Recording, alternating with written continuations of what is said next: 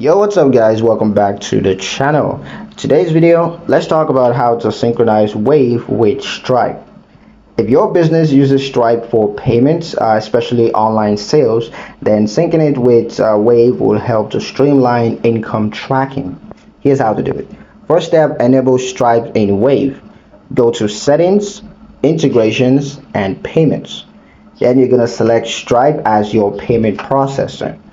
Follow the prompts to connect your Stripe accounts. Now, what happens after integration? Stripe payments will automatically be recorded in Wave when linked to invoices. Fees charged by Stripes are recorded automatically as expenses. Next, managing Stripe payouts. Stripe batches payouts into your bank account. In Wave, the full payment shows up on the invoice, and Stripe's fees are categorized as payment processing fees. You may need to reconcile payouts manually with your bank account transactions. 4. Refunds and dispute. If you refund a payment in Stripe, you'll need to manually update the invoice or transactions in Wave to reflect that.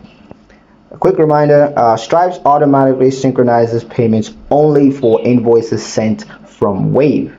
External Stripe payments like Shopify or other platforms must be added via Zapier or manually.